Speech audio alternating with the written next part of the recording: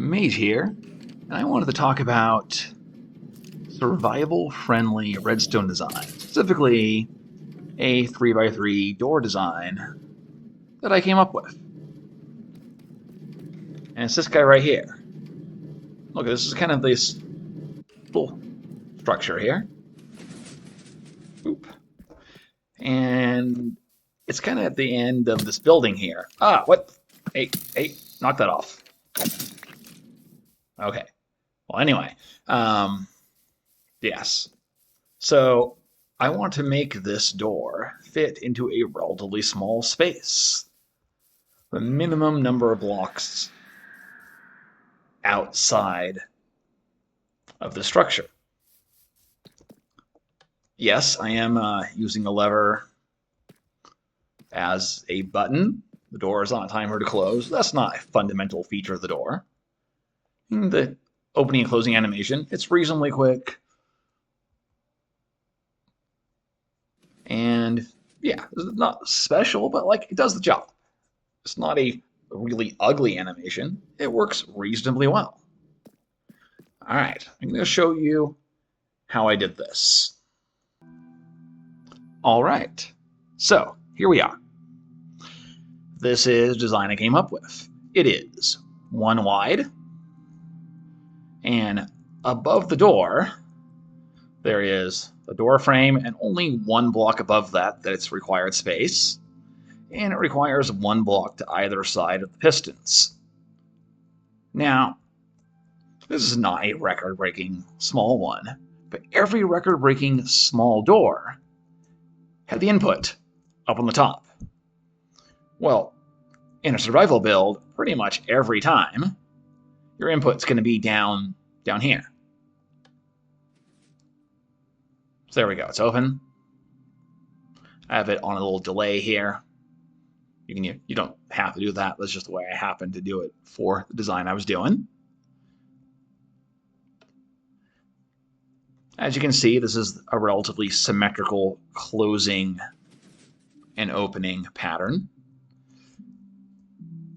But like, if you have the input up on top, like the smallest one wide one that's out there, well, if you do that, then you have to have the signal coming off the door and coming down somewhere. That takes up a whole bunch of space in your structure. On the other hand, space underneath the door, this is essentially free space. Usually in a survival build where you're sticking a redstone door, you get to put whatever you want in the basement. Doesn't matter. So the fact that this takes up more total blocks underneath here kind of doesn't matter. I mean, I have to build control circuits and stuff down here anyways. Now, I also came up with this version of it. It is technically smaller. Same profile on this side, but no blocks past the pistons over here. But it has kind of an ugly animation. Let's pop over here and take a look at that.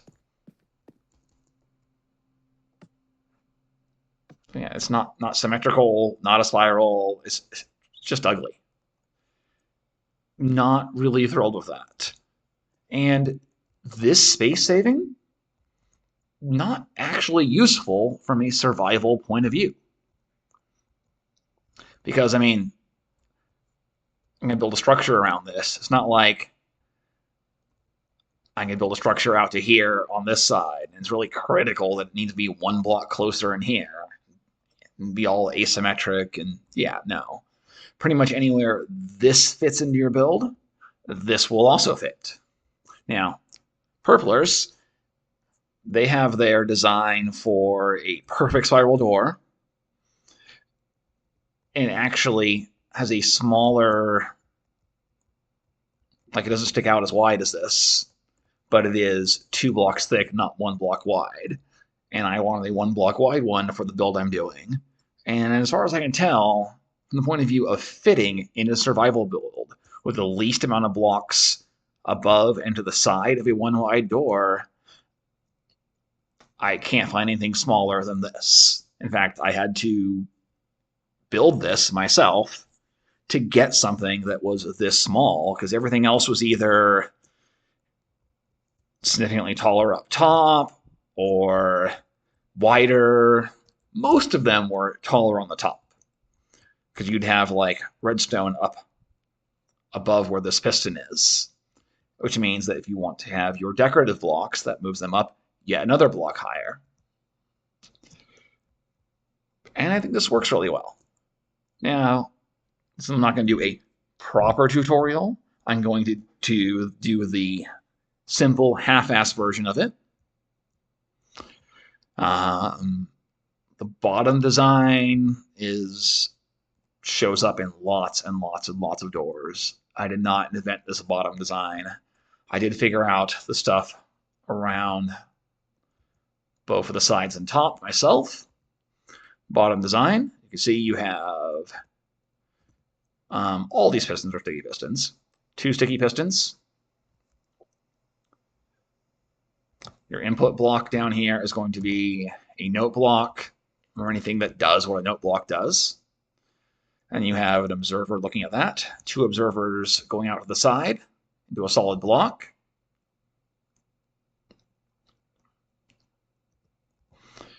Have these 2 pistons going straight pointed up there. You have 2 more observers looking down, one at this dust, one at this repeater set to 4 ticks. All these things you want to get exact. And you have your little staircase of bricks with redstone dust on them. Note that since this is a nominally transparent block, it does not cut off that dust. Another sticky piston there. It's your block swapper mechanism. As is usual, any of these builds, these chiseled bricks, those are there because they need to be there for the redstone to work. The regular bricks, those are purely decorative blocks. The glass here is just to kind of show this. These don't need to be there, or would be whatever decorative block you want. All right. So we took a look at this side. See here, there is a chiseled block, a note block, another repeater pointed this way, to a block with a bit of dust on top. This chisel block does need to be there. You have repeater going up to a block of a bit of redstone dust.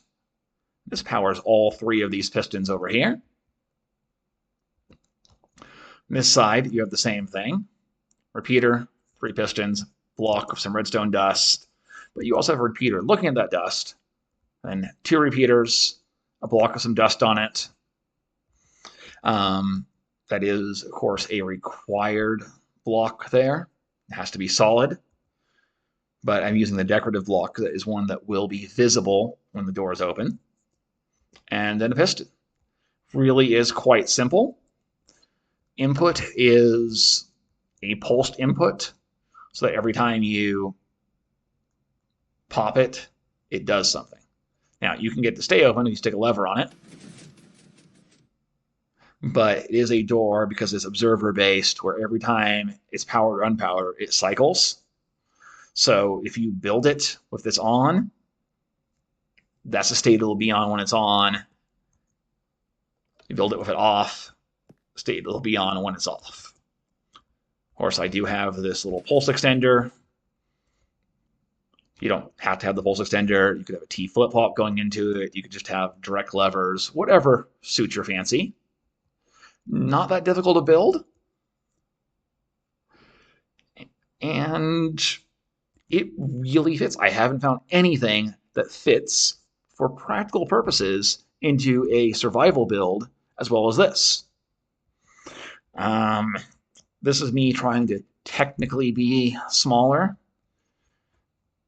The big difference is the sides. Instead of it going up both sides simultaneously and then triggering the top, you have a signal where one side gets started from the bottom and then the signal goes all the way around the top to power these.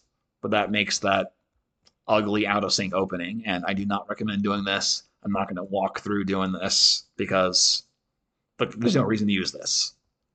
This is just better, and it's easier to build. All right. Hopefully, some people will appreciate my very survival-friendly redstone.